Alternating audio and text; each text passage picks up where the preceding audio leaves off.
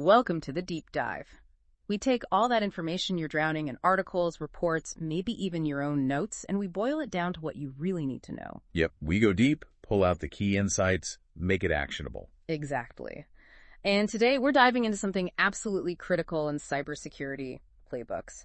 Basically, this is your fast track to understanding how organizations actually deal with security incidents. It really is, and we've got some great sources lined up for you. We're looking at excerpts from 24 Play It Safe, Managed Security Risks Module 4, info from the UK's National Cybersecurity Centre NCSC, including their sustainability work, which is interesting.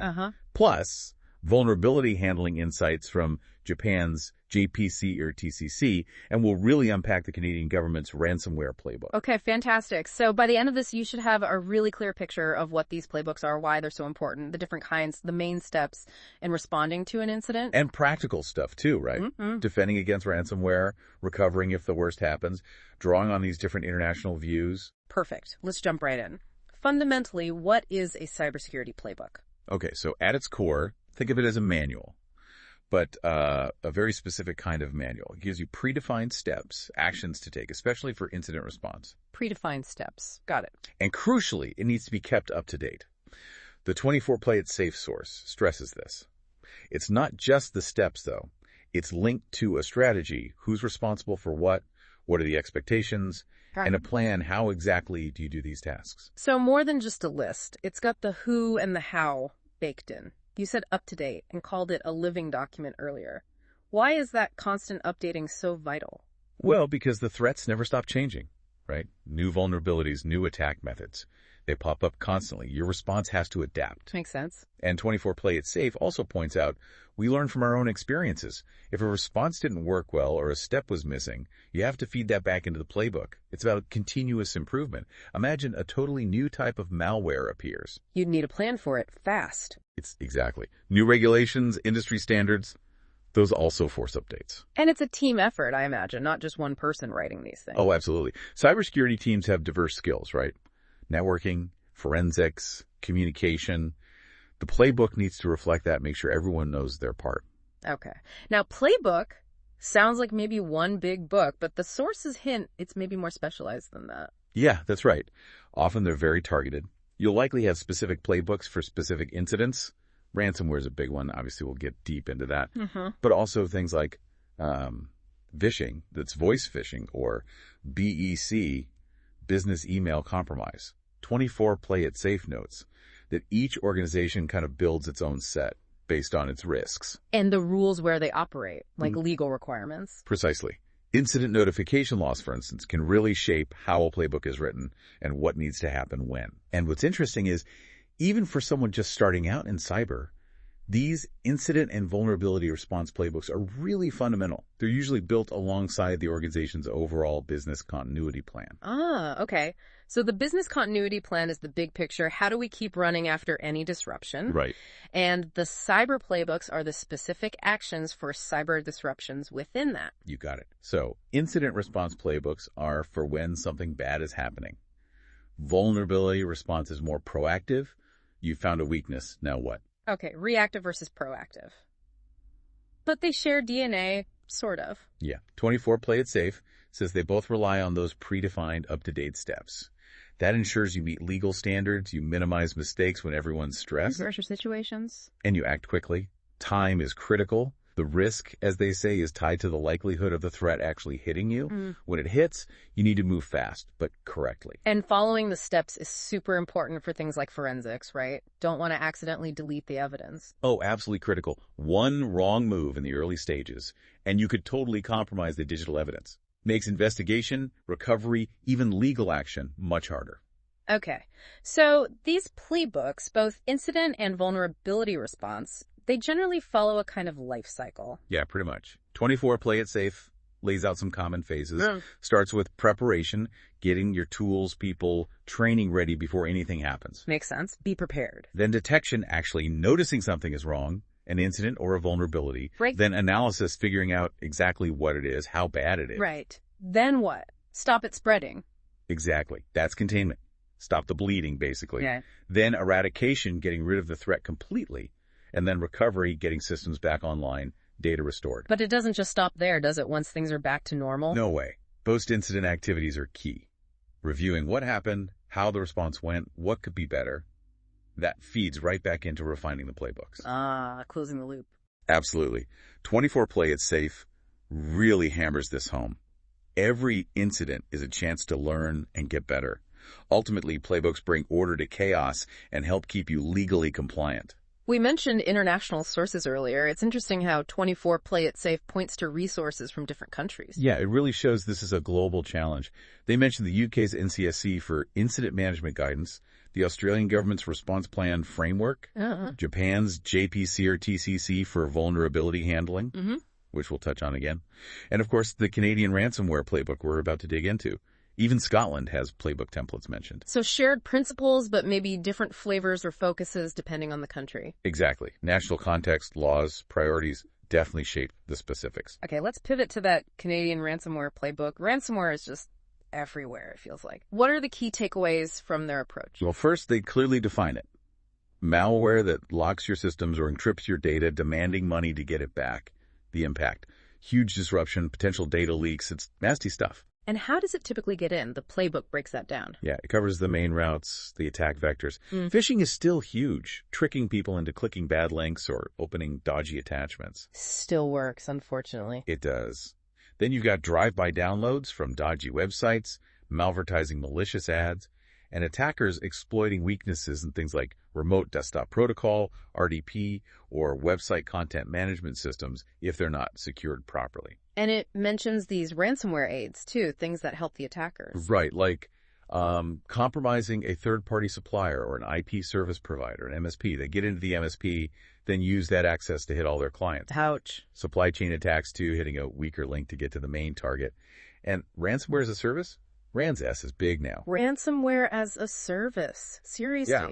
Groups build the ransomware and the infrastructure, then basically rent it out to other criminals. Lowers the barrier to entry, means more attackers out there. Wow, that's concerning. So when it hits, it's usually file encryption these days, not just a locked screen. Mostly encryption, yeah. Makes your files unusable without their key. And it often spreads fast across the network, making it much worse. It can get in through bad websites, phishing, bad USB drives, systems left exposed online.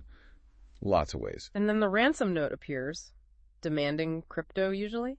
Typically, yeah. Bitcoin or something similar. But the playbook really stresses, and this is critical, paying the ransom is no guarantee you'll get your data back, or that it'll even work properly if you do. That's a huge gamble. The playbook has a diagram too, right? Showing the attack steps. Yeah, figure 1. It shows the entry phishing, brute force passwords, exploits then gaining control, and then the impact. Encrypting data, stealing it, maybe even deleting backups, then the ransom demand. Clears up the process. And who are they targeting? Just the big companies? Well, the playbook notes big companies and critical infrastructure are definitely targets, more money, bigger impact. But honestly, anyone with data they need is a target. So small businesses too? Absolutely. Motivation is financial. They might think smaller businesses have weaker security, making them easier targets. The impact can be devastating for them. Money loss, reputation, privacy breaches, downtime. Okay. The million-dollar question then, pay or not pay. What's the Canadian guidance? Their playbook is very clear. Call law enforcement first. They strongly advise against pay. Why? No guarantee of recovery. You might get hit again, and you're funding criminals. Simple as that. Right. Paying just encourages them. Exactly. And figure 2 in their playbook shows how ransom demands have gone up over time. It's big money with zero certainty. So prevention. What's the advice there? How do you build defenses? Defense in depth. Multiple layers. That's the core idea. And it starts with solid planning. First up, a rock-solid backup plan. Crucial. Totally. The playbook talks about different backup types, full, differential, incremental, and where to store them, online, offline, cloud. But here's the key insight. Online and cloud backups can also get hit by ransomware if the attackers get access. So offline backups are absolutely essential. Encrypt them, test them regularly, make sure you can actually restore from them. Test your backups, yes. And have multiple copies in different places. The recommendation is like at least 2 offline, maybe 1 in a secure cloud too. The 3-2-1 rule is often cited. 3 copies, 2 different media, 1 offsite. Good rule of thumb. Okay, backups covered. What else in terms of planning? An incident response plan, obviously. We talked about the general idea, but the playbook highlights benefits for ransomware specifically. Less damage, Better decisions under pressure, pre-approved actions mean faster response. Builds confidence too, knowing there's a plan. Right. And it helps find weak spots before an attack. Table 1 gives a checklist. Risk assessment, policies, setting up a response team, CIRT, training, who to talk to, communications, the works. Figure 5 shows the response phases again. Prepare, observe, resolve, understand, and always report the crime. Okay, incident response plan. And then getting back to business after an attack. That's the recovery plan. It goes hand in hand with incident response and backups. Table 2 gives guidelines. Planning. Know your critical data. Do risk assessments. Business impact analysis. Measurement. How fast you need to recover. RTO. How much data can you afford to lose. RPO. Test it. And communications keep everyone in the loop. Lots of planning needed. What about user accounts and admin privileges? Super important. Principle of least privilege, only give people the access they absolutely need. Separate admin accounts from regular user accounts. Limit how many admins you have. Use strong authentication. MFA is huge. Multi-factor authentication, yeah. Definitely. Unique, strong passwords. Log activity. Train users. And crucially, have solid processes for removing access when people leave or systems are retired. Don't leave old doors open. Basic hygiene, but so often overlooked. Okay, planning is one thing. What about the technical nuts and bolts? Specific security controls. Yeah, figure 6 in the playbook maps controls to attack stages. Perimeter defenses are key. Firewalls, good antivirus animalware, anti-phishing tools, VPNs for remote access. Standard stuff, but gotta have it. Absolutely. Then, logging and alerting. You need to see what's happening on your network. Monitor continuously. Look for weird stuff, anomalies. Make sure logs can't be tampered with. Immutable logs. See the attack starting? Hopefully. Penetration testing. Get ethical hackers to test your defenses. Find holes before the bad guys do. Network segmentation. Divide your network up so if malware gets into one part, it can't easily spread everywhere. Smart. Contain the blast radius. Exactly. Yeah. Also, restrict scripting tools like PowerShell unless absolutely needed. Disable macros in Office documents, common way to deliver malware. The macro warning everyone clicks through. Yeah, need to enforce disabling them or educate users heavily. Patching. Keep everything updated, operating system, software, firmware. Patch Tuesday is your friend. Or enemy, if it breaks something. Oh, necessary. Necessary evil sometimes, yeah. Application allow listing, only let approved software run. Blocks a lot of unknown malware. Restrictive but effective. Can be. Protective DNS use a DNS service that blocks known malicious websites. Canadian Shield is their example. Good password management, strong passwords or passphrases. Use password managers, protect admin account credentials fiercely. Passphrases are better now, right? Longer and easier to remember. Generally, yeah. And finally, email domain protection, things like SBF, DCOM, DMRC. They help stop attackers faking your email domain for phishing. SBF, DCOM, DMRC. Technical, but important for email trust. Very. They verify sender authenticity and integrity. DMRC tells receiving servers what to do with emails that fail the checks. Wow. Okay. That's a comprehensive list of defenses. But let's face it, sometimes attacks still get through. What does the playbook say about recovery? First thing it stresses, recovery can take time. It can be painful. Planning ahead makes it less painful. Table 3 lists immediate actions. Step 1, figure out what's hit and isolate it. Disconnect affected machines from the network, from the internet. Stop the spread. Containment fast. Right. Then report it to law enforcement. Get your incident response team, CIRT, activated. Change passwords, especially for important accounts, but be careful not to lock yourself out. Tricky balance. Yeah. Infected machines. Wipe and reinstall the operating system from a clean source. Don't try to just clean it. Usually safer to nuke it. Before restoring anything from backups, scan the backups thoroughly for malware. Don't want to reinfect yourself from your backup. Nightmare scenario. Exactly. Okay, those are the immediate firefighting steps. What about the longer-term recovery process? Right. You need to find and fix how they got in. Remediate the point of entry. Patch that vulnerability. Close that door. Then execute your backup plan. Restore from those clean offline backups. Prioritize the most critical systems first. Get the core business running again. Yep. And don't be afraid to call in the experts. Engage cybersecurity professionals if you need help. Keep stakeholders informed, clients, staff, regulators. Transparency helps. Builds trust, even in a crisis. It can. And finally, do a deep dive analysis afterwards. What exactly happened? What data was touched? How can we stop this specific thing happening again?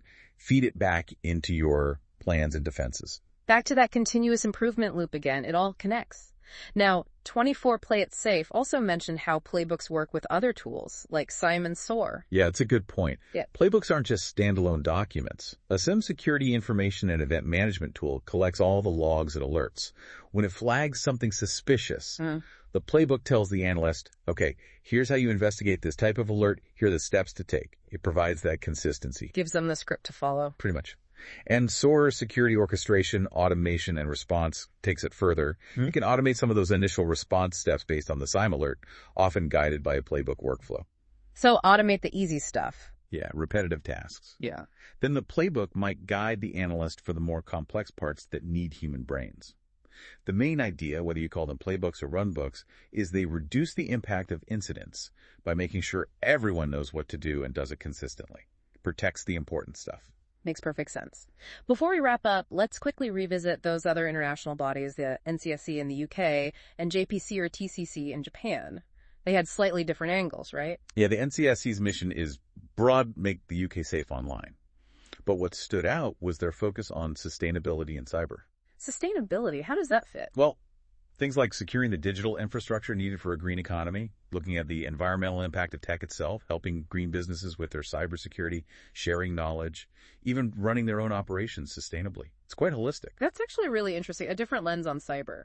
And JPC or TCC in Japan? Their focus, based on our sources, seems very much on vulnerability handling, helping vendors manage and disclose security flaws responsibly. They follow international standards like ISO guidelines, coordinate disclosures through their own database, the JVN, and work with other response teams globally. So more on the proactive side, finding and fixing holes before they're widely exploited. Exactly, a really crucial piece of the puzzle. Definitely shows it's a global ecosystem with different players focusing on different critical areas. Okay, this has been incredibly useful. Just to quickly recap, we've looked at what playbooks are these living guides for incident response. Right, the different types, the key steps in response, and ransomware recovery specifically, and that layered defense in depth approach. Absolutely. And I guess as you, our listener, think about all this, the rising threats, how connected everything is, it really makes you wonder, doesn't it? How prepared is your organization or even just your personal digital life? Do you have playbooks, even informal ones? And are they actually ready to be used and updated? That's the core question, really. It's not just about having a plan. It's about the ongoing process of learning, adapting, and being ready. What's your next step going to be to improve that readiness? A great thought to leave people with. And if you want to dig deeper, definitely check out the resources from the NCSC, the Canadian Cyber Center, JPC or TCC. Lots more detail available there. Thanks for joining us on this deep dive.